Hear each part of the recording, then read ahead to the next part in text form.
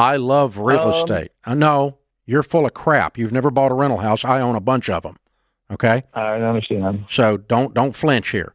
Me and my wife recently paid off our house about 3 years ago, and we've been trying to save some money. We got about $175,000 saved up. Cool. And we're getting ready to purchase another house, and so I was debating, because I was going to use it for a rental, if I should just go ahead and put the whole $175,000 down on it. The home is about $292,000, so it'd be, over 50% down. But what I was concerned about is whether I should be investing that much into the one home, or if I should leverage myself, keep maybe 50% of that, and put maybe $75,000 on one home and $75,000 on a second home. And when you start talking about rental property, really when you talk about anything, but when you talk about rental property, people particularly struggle with one issue. Here's the thing you have to remember. Debt equals risk. More debt equals more risk. More debt equals lower cash flow, less cash position, and more risk. So if you buy one house with 50% down, you have less risk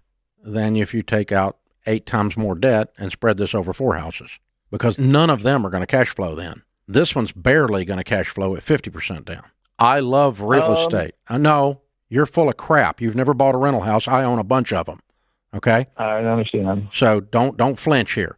The deal is that they don't cash flow. All of mine are paid for, and some of them with repairs and vacancies don't hardly make money. So when you don't get a renter for 4 months, or one doesn't pay for 3 months, or you put in a heat and air system that's $14,000, or you have to put on a roof because it's leaking, and you got to pay property taxes and insurance, even if it's paid for, you don't get a ton of cash flow unless you manage the property extremely well and you buy it cheap. So this idea that the payment versus the rent is the cash flow is a naive formula and an incomplete formula. When you run an actual operating statement on an investment property, you have all these other expenses, including loss due to non-payment and vacancy and legal costs while you evict the people that didn't pay, and all the repairs and all the stuff you didn't think of when you had this idea that you saw on the internet, I want to buy a rental house. So all that to say, I definitely wouldn't buy more than one, and you're not even going to like this. I wouldn't even buy one right now until you have the money.